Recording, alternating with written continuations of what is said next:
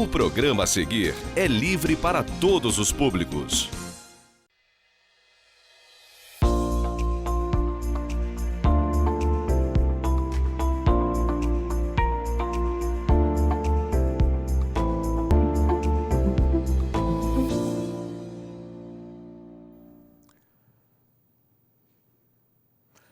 Olá, sejam todos bem-vindos. Eu sou o professor Ricardo Lengruber e esse é o programa Ponto de Vista. Nosso programa de hoje nós vamos conversar sobre a prisão em segunda instância, conversar sobre as recentes decisões do Supremo Tribunal Federal e o impacto disso na vida tanto do ponto de vista da justiça quanto da vida comum dos cidadãos no Brasil. Nosso tema é prisão em segunda instância. Se você quiser acompanhar o nosso programa também pela internet, no formato de podcast, visite o meu site, ricardolengruber.com. Está disponível essa edição do nosso programa e outras edições passadas também, com outros convidados, com outros temas.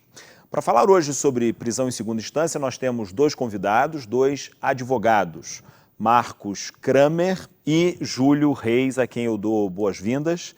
Agradeço pela presença ao programa Ponto de Vista.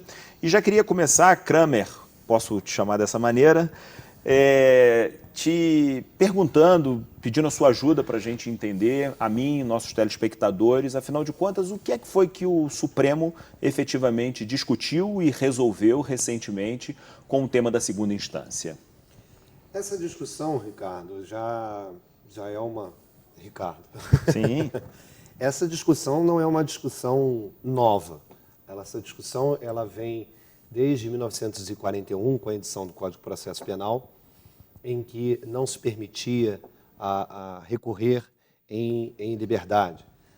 Após essa mudança, digamos assim, da legislação, em 1973 veio uma nova lei, foi conhecida como Lei Fleury, que foi o delegado do DOPS, que foi preso e investigado em 1973, e o Congresso fez às pressas uma nova legislação, justamente para permitir que aquele réu de bons antecedentes, enfim, que não era bem essa a história, demonstrou que ser outro tipo de pessoa, pudesse recorrer em liberdade.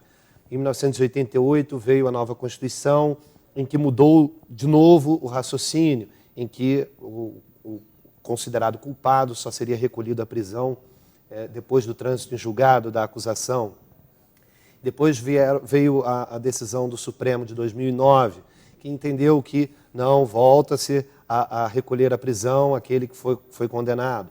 2016, muda de novo o raciocínio. Então, o que o Supremo discutiu não foi um tema, primeiro, simples de ser discutido, é um tema extremamente complexo, que passa justamente pelo sentido da culpabilidade. O que seria a culpabilidade? E aí passa por todas umas enormes discussões de teoria do direito penal sobre a conduta típica, antijurídica e culpável. E aí entra nas discussões das várias teorias de culpabilidade. Então, o que o Supremo discutiu não foi uma questão tão simples assim quanto parece para o público, é uma questão bem mais complexa do que simplesmente soltar ou não soltar determinado sujeito ou determinado grupo de pessoas. Entendo. Então, todo o confronto no Supremo foi com relação ao Código de Processo Penal de 1941, que é uma lei que ainda vige. Sim, que é uma lei que está em vigor normalmente. É óbvio que ela teve inúmeras alterações, e uma dessas alterações foi com relação a esse novo entendimento, que não é novo, que na realidade já é uma discussão bem antiga, com relação à culpabilidade e o início do cumprimento da sentença. Da sentença. No caso de prisão, ou seja, só poderia o indivíduo ser levado para a prisão após o trânsito em julgado. Talvez esse seja um tema, Júlio, muito obrigado pela sua presença, Valeu, seja bem-vindo ao programa Ponto de Vista. Talvez essa seja uma expressão que mereça um pouco de explicação para que a gente entenda um pouco melhor a respeito. O que, afinal de contas, é o trânsito em julgado? O que significa isso no direito e, de maneira bastante específica, no caso do direito penal, não é? Que é o que foi debatido recentemente pelo Supremo? Sim. Muita gente ainda tem essa dúvida, né? As pessoas às vezes falam na mídia aí que o STF decidiu que a prisão só pode ser agora após o trânsito em julgado e efetivamente não se diz o que é o trânsito em julgado e para os leigos a pessoa acaba não entendendo qual seria efetivamente o ponto em que a pessoa pode ser levada à prisão ou não. Hoje o trânsito em julgado nada mais é do que o ponto final do processo, é quando ele efetivamente acaba. Uma ação, ela se inicia, principalmente uma ação penal, ela se inicia, em regra, com uma denúncia do Ministério Público. O réu ele tem o direito de fazer a defesa, vão ser produzidas provas ao longo do processo e o juiz de primeira instância ele vai dar uma sentença, condenando ou absolvendo esse acusado. Correto. O acusado ele tem o direito de fazer recursos, tem o direito de recorrer. O primeiro recurso seria para a segunda instância, que é ao Tribunal de Justiça. Ele vai ser levado seus novos argumentos, ele vai pedir a reforma dessa decisão. Pensando, só te interrompendo, Sim. pensando aqui no caso de Nova Friburgo, essa sentença é feita na primeira instância no fórum da cidade, no fórum da comarca. Exatamente. Né? Pelo Quando juiz... há o recurso para a segunda instância, vai para o Tribunal de Justiça. Isso. E aí a gente está falando do Tribunal do Rio de Janeiro. Tribunal do Rio de Janeiro, Ok. localizado lá no centro do Rio. E lá o processo vai ser remetido a uma Câmara composta por desembargadores que vão reanalisar todo aquele processo com base no que foi pedido em sede de recurso. Em segunda instância, os desembargadores vão decidir se aquela sentença do juiz de primeira instância aqui para Friburgo, se o juiz de Friburgo decidiu corretamente ou não.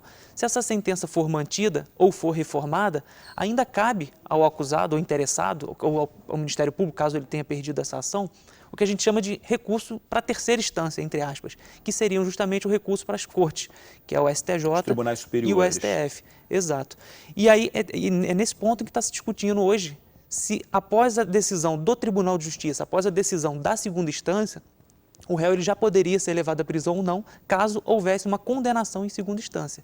É justamente esse ponto em que está debatendo. Eu estaria correto em dizer, Kramer, Júlio, que há uma dúvida, na verdade, sobre o ponto que é final o trânsito em julgado, ou essa não é uma dúvida no meio jurídico? Não, hoje não. Hoje o trânsito em julgado ele é definido como o ponto final quando não se cabe mais recursos. Ok. Após uma decisão de segunda então, instância... o trânsito julgado não acontece no final da segunda instância. Ainda existem recursos posteriores. Existe a digamos possibilidade assim. de recurso para os tribunais superiores, STF e STJ.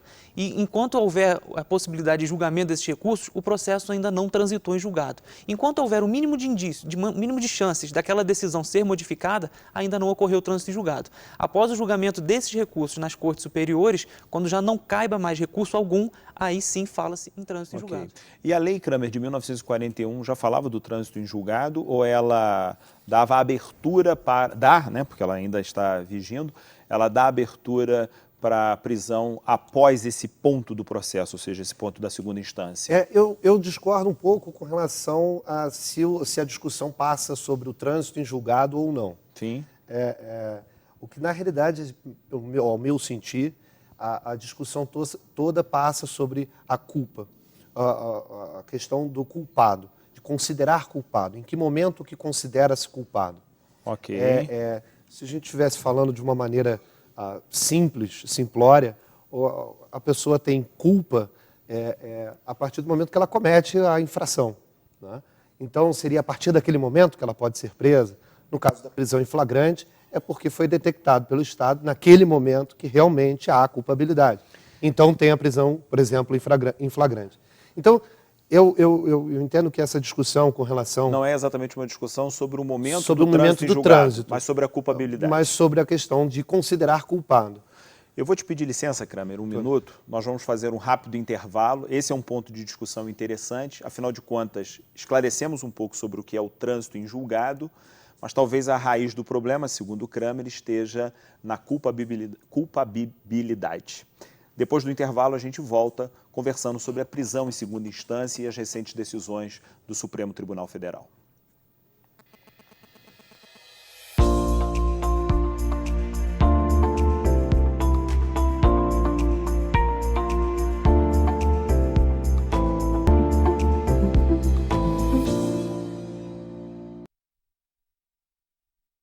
Acesse tvzoom.com.br e fique por dentro das principais notícias de Nova Friburgo.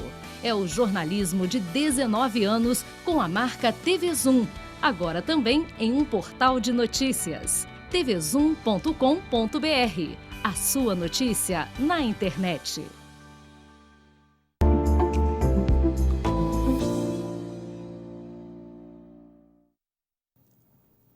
Nós estamos de volta, programa Ponto de Vista, hoje debatendo a prisão em segunda instância, decisões recentes do Supremo Tribunal Federal no Brasil e as repercussões disso na minha vida, na sua vida, na vida da sociedade de uma maneira geral. Nossos convidados hoje são os advogados Marco Kramer e Júlio Reis. Terminamos, Júlio, o bloco anterior, primeiro bloco do nosso programa. Você nos expôs de maneira breve, mas bastante consistente, né?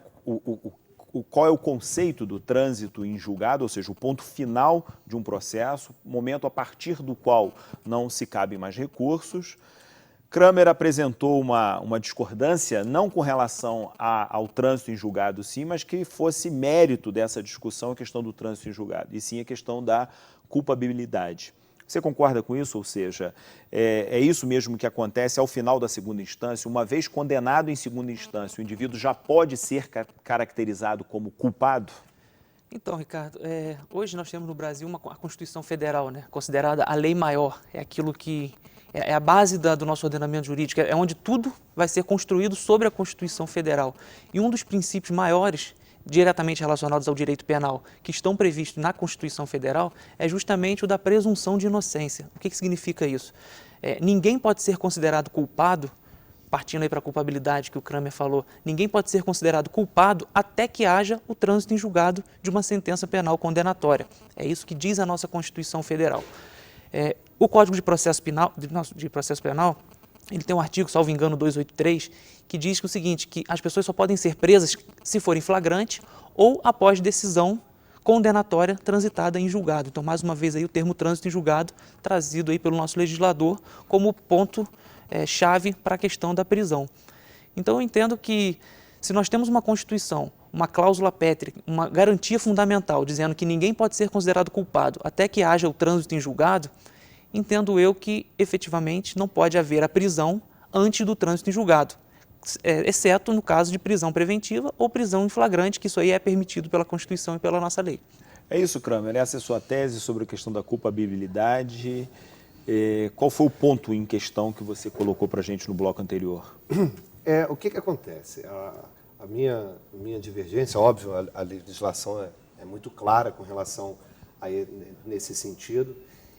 O grande problema que eu vislumbro nessa discussão toda, nessa temática, é que se nós pegarmos, por exemplo, dos delitos das penas de becária, ou, por exemplo, a Carta das Nações Unidas, nós temos um pouquinho de dificuldade, inclusive no próprio dicionário, quando você pega o sentido denotativo da palavra culpado, você não consegue encontrar uma conceituação. E aí, quando você parte para a doutrina e para você entender o conceito de culpado, o que é ser considerado culpado, você passa justamente pelas teorias do delito. E aí você chega a enormes conflitos entre a teoria psicológica, psicológico-normativa, a teoria pura da norma, e você não consegue identificar com clareza, e essa eu acho que é a grande questão. O grande nó, que eu entendo que tanto o Judiciário quanto o próprio Congresso Nacional deveriam esclarecer. Eu não acredito, Júlio, que essa questão, por mais que a norma pareça estar tão clara, né, onde diz lá na Constituição que ninguém será considerado culpado até o trânsito julgado, não me parece que há uma clareza com relação à consideração, a consideração do culpado. Acredito que o trânsito você tem conceituação fechada, que é o não cabimento de recursos. Então, essa questão, primeiro, ela não é nova, e ela já é uma discussão antiga, e o que gerou, na realidade, esse grande conflito com relação ao tema, sobre o meu ponto de vista, não fazendo nem defesa nem ataque de quem quer que seja, é que o Brasil normalmente tem trabalhado, o Judiciário tem perdido a sua, não vou dizer, mas a sua moral em decisões que, às vezes, não apaziguam, não geram segurança jurídica. Então, você tem essa enorme mudança de raciocínio que, às vezes, se apoia nessas lacunas, né, conceituais, em você, de repente, defender determinados pontos de vista. Uma coisa que gerou muita insegurança, por exemplo, foi a mudança de posicionamento de 2 ministros, e isso que gerou, na realidade, o grande conflito. E essa questão da culpabilidade é que o Congresso agora vem querer discutir se as propostas que estão tramitando, uma no Congresso e uma no Senado, em você encerrar, por exemplo, o artigo 104, 105, 102, sei lá, os artigos do Código da Constituição que dizem sobre o recurso extraordinário e o recurso especial, em eles deixarem de ser recurso, e aí seriam ações autônomas, iniciais, e aí sim o trânsito julgado estaria na segunda instância, ou, por exemplo, a outra opção de você alterar o sentido, o que está escrito no Código de Processo Penal, não são soluções para o problema. A gente tem essas discussões em direito penal, que elas não são fáceis, tanto que a gente tem, por exemplo, o sentido de culpa para o direito penal é diferente do sentido de culpabilidade, né? Então, quando você conclui que alguém infringiu a regra e a culpabilidade foi preenchida, ele cometeu por dolo, não foi por culpa. Então você tem essa dificuldade de entendimento do que vem a ser o conceito de culpa e de culpabilidade. Exatamente. Eu acho, Júlio, que a gente precisa também tentar entender um pouco quais serão as repercussões de uma decisão dessa natureza na vida concreta da sociedade, ou seja, houve inclusive ministros, né, do Supremo, que ao pronunciarem o seu voto, fizeram inclusive um alarde sobre o número de pessoas que seriam soltas automaticamente, falaram sobre estupradores, sobre crimes, digamos assim, que atentam, né, contra a vida humana. Afinal de contas, como é que é isso? O pessoal vai ser solto automaticamente? Quantas pessoas serão soltas? Como é que é o procedimento pós esse novo entendimento do STF? Então, Ricardo, o que ficou bem definido nesse julgamento é que, de fato, essa decisão ela não vai ser aplicada automaticamente a todo mundo que esteja preso em segunda instância. Todo mundo que esteja preso, cuja condenação ocorreu apenas até a segunda instância, digamos assim. Isso. Em números, me parece que o CNJ divulgou que em torno de 5.000 pessoas hoje no Brasil estão presas exclusivamente pelo fato de terem sido condenadas em segunda instância e ainda em fase de recurso, como eu disse, para a chamada terceira instância, para as cortes superiores. Dessas 5.000 pessoas que serão afetadas diretamente por essa decisão, o STF fez questão de dizer que essa decisão ela não se aplica automaticamente. A decisão ela vai ser repassada a todos os juízes, as varas de execução penal, e elas vão ter que identificar caso a caso se aquele condenado ele tem o direito de ser posto em liberdade ou não. Como que vai ser feita essa análise? Questão da periculosidade do agente, a questão do crime que ele cometeu, a questão dos antecedentes, vai ser feita uma análise da pessoa condenada e o juiz ele vai entender se há necessidade ou não da decretação de uma prisão preventiva. Okay. O fato dele estar preso exclusivamente pela condenação em segunda instância vai fazer com que os juízes hoje responsáveis pelo seu processo tenham que refazer uma análise sobre aquela pessoa, sobre aquele indivíduo que está ali sendo julgado, para saber se ele realmente pode ser posto em liberdade por conta da decisão do STF ou se ele representa algum risco à sociedade, se o crime que ele cometeu de fato é um crime que agrava, que afeta a ordem pública e se for, o juiz ele pode manter a prisão preventiva. Então, na prática, a decisão do Supremo não é automaticamente uma decisão que vai em cadeia para baixo regressivamente, afetando todo mundo e colocando, digamos, todo mundo solto. Não, né? Não vai ser assim. Automaticamente. Compreendido. Nós vamos fazer um rápido intervalo e no último bloco do programa Ponto de Vista, a gente hoje está conversando com Marco Kramer e Júlio Reis, advogados, sobre a prisão em segunda instância, decisões do Supremo a respeito do assunto. No terceiro bloco, a gente volta ao tema e falando de repercussões, por exemplo, de natureza política e o quanto que isso tem influenciado o momento conturbado da sociedade brasileira no que tange à política. Mais um minutinho e a gente retorna.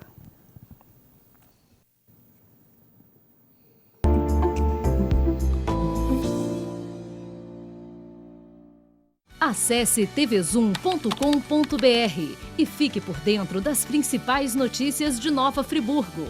É o jornalismo de 19 anos com a marca TV Zoom, agora também em um portal de notícias. tvzoom.com.br. A sua notícia na internet.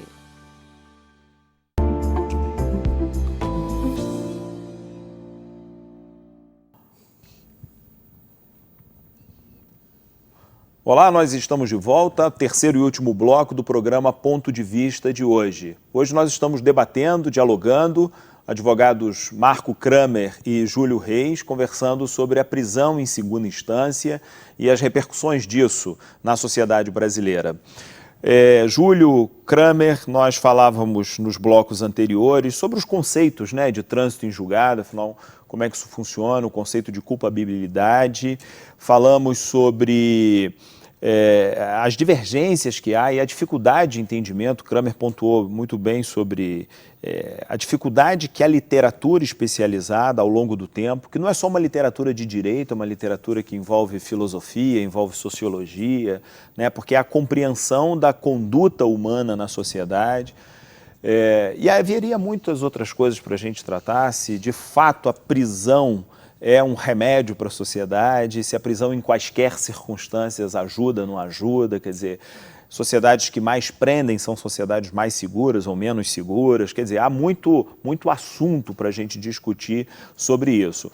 E o Kramer levantou uma pequena ideia e não desenvolveu no segundo bloco, eu vou provocar vocês a desenvolvê-la agora, é a motivação. Afinal de contas, por que é que esse tema voltou a ser discutido pelo Supremo? Por que é que houve em tão pouco tempo, né, se a gente pensar na linha genealógica, na temporalidade das legislações, o que uma sociedade, o que um país precisa de legislação segura, de segurança jurídica para que as pessoas possam transitar, fazer seus negócios, ter a sua tranquilidade, né, de existência, de trabalho, de vida. E há mudanças muito uma em cima da outra. No meu entendimento, há uma motivação de natureza política, ou seja, a prisão em segunda instância, para muita gente, ficou quase que uma discussão sobre se solta o ex-presidente Lula ou se mantém o ex-presidente Lula preso, né? Do ponto de vista técnico, não era uma discussão sobre aquele caso em particular, mas atingiu particular e inicialmente aquele caso. Queria ouvir vocês um pouco sobre a repercussão política, sobre as intenções que subjazem toda essa discussão de natureza política. Então, Ricardo, como você bem disse, pelo menos não era para ser uma discussão política, essa questão do julgamento em segunda instância. Hoje, o STF fez esse julgamento agora recente, com base em ações movidas, dentre elas, por um partido político, outra pela própria OAB, que pediam para declarar constitucional o artigo do Código de Processo Penal que previa a possibilidade... São as tais ADCs. ADCs, exatamente. Isso. Então, o que motivou o STF a se manifestar com relação a esse tema foi justamente essas ADCs, essas ações promovidas pela OAB e por um partido político para tratar especificamente do tema. Agora, você dizer que essas ações foram julgadas agora, no momento em que o país está politicamente abalado, que nós temos basicamente duas frentes no país hoje divididas entre direita e esquerda. Polarizadas. Então, se foi por conta dessa questão, eu não posso dizer, mas o que eu posso garantir é que não era para ser. O STF está lá para garantir a ordem, garantir a Constituição e assegurar aí o direito de todos. A decisão favoreceu, sim, alguns, principalmente o ex-presidente, no sentido dele estar preso exclusivamente por ter sido condenado em segunda instância, mas ainda ter recurso pendente de julgamento. Ele foi beneficiado, assim como outras pessoas também foram, mas o objetivo do STF, pelo menos não era para ser, relacionado diretamente a algumas pessoas, né? A gente está ali para discutir Agora, eu a seria provocativo demais, faria algum tipo de ilação fora do contexto se eu dissesse que a decisão anterior, ou seja, aquela de tornar a prisão cabível após a segunda instância, que foi uma decisão de 2016, né? Se essa decisão anterior, essa sim, foi uma decisão com motivação de natureza política, a leitura estaria forçando a barra ao dizer isso? É complicado da gente dizer, né, Ricardo? Porque a decisão de 2016, a diferença do quadro de juízes, de ministros, de 2016 para 2019 é de um único juiz, pelo Teori Zavascki, que no lugar dele entrou o Alexandre de Moraes. Então, aqui não teve mudança, né? Porque Alexandre de Moraes votou da mesma maneira que Teori votou em 2016. Então foi mantido Então, em o tese, raciocínio. se os raciocínios Neste, se mantivessem, os placares seriam iguais. seriam iguais. Na realidade, houve uma mudança de raciocínio de 2 juízes, Que foram? que foram o ministro Dias Toffoli e o ministro Gilmar Mendes, que mudaram o entendimento. Que eu também não vejo nenhum problema em o juiz entender que errou num determinado momento. Eu acho que ele é humano, ele tem motivo motivo de sobra para errar, porque todos nós erramos. Não, e mesmo que não Então, seja acho- erro, a mudança de opinião sobre um determinado Sim. assunto, em Não. determinados momentos. Não vejo nenhum problema com relação a isso. A questão toda é que são ministros que dão declarações em excesso, se manifestam demais sobre determinadas questões políticas. A gente tem um envolvimento de alguns ministros com a política, envolvimento direto com a política, grampo telefônico, em que você pega um determinado senador conversando com um determinado ministro. Isso tudo gera na população um sentimento de insegurança. Então, talvez o motivo principal da mudança do raciocínio tenha sido justamente dele, particular, e não uma motivação política, mas para a população o sentimento é esse. A população vive num conflito não só de posição política, mas nós temos, em 2017, 65 mil homicídios, né? Que são homicídios, é um dado com relação a homicídios com intenção de cometer homicídio, não tem dentro desse número tentativa ou homicídios de trânsito, ou um acidente de trânsito, ou coisas Está falando do crime vulgares. doloso, São né? crimes Ou seja, dolosos, né? Com intenção. Você tem uma população, em sua maioria, jovens entre 15 e 19 anos, de cor negra, que são os principais alvos, digamos assim, dentro dessa a maior margem. parte da população carcerária brasileira é esse Sim. perfil. Então, jovens, negros, exatamente. das periferias. Exatamente. Então você tem um problema social, você tem um problema da própria população esperando uma resposta da política aos anseios, sejam ele de esquerda ou de direita, que eu não acredito que no final do dia todos os dois convergem para o mesmo ponto. Todos os dois querem o bem do país, todos os dois querem o bem da população LGBT, querem o bem da população negra, querem o bem da mulher, querem o bem no âmbito do doméstico. Ninguém quer ali o mal de ninguém.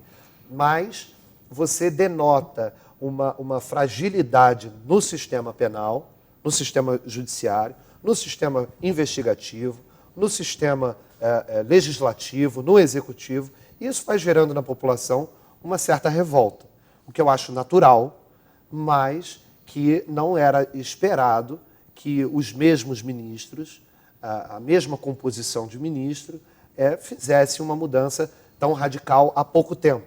Porque se pensássemos que seria uma posição política, o ministro Dias Toffoli e o ministro Gilmar Mendes entenderam em 2016 de uma maneira para prender o Lula. E em 2019 eles entenderam para soltar o Lula.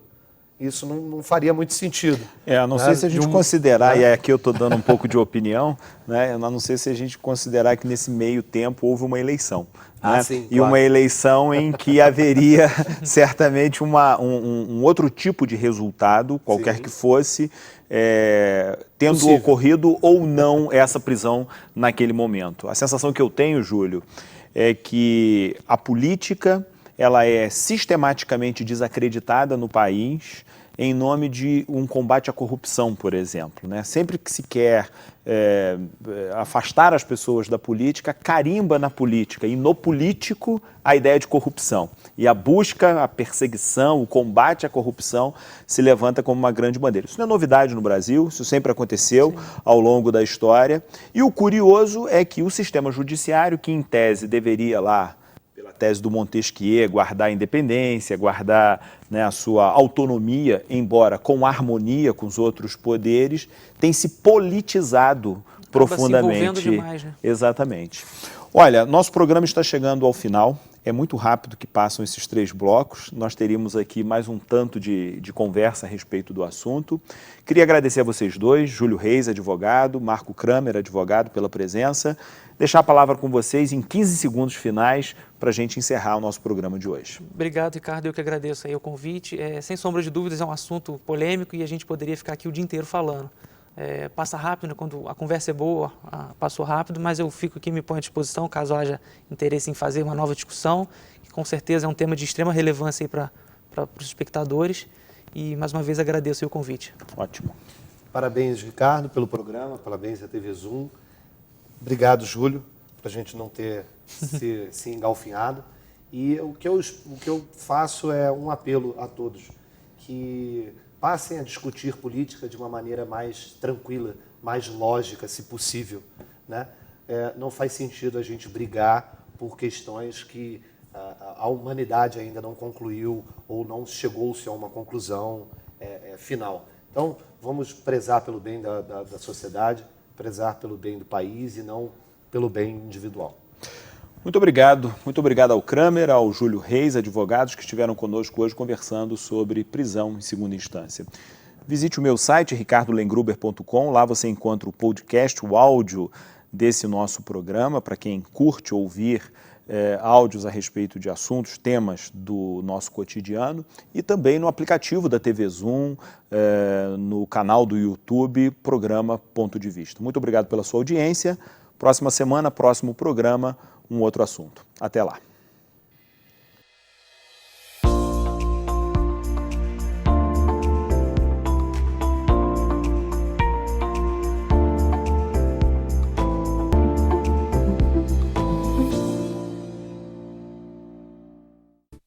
Este e outros programas você assiste no aplicativo TV Zoom.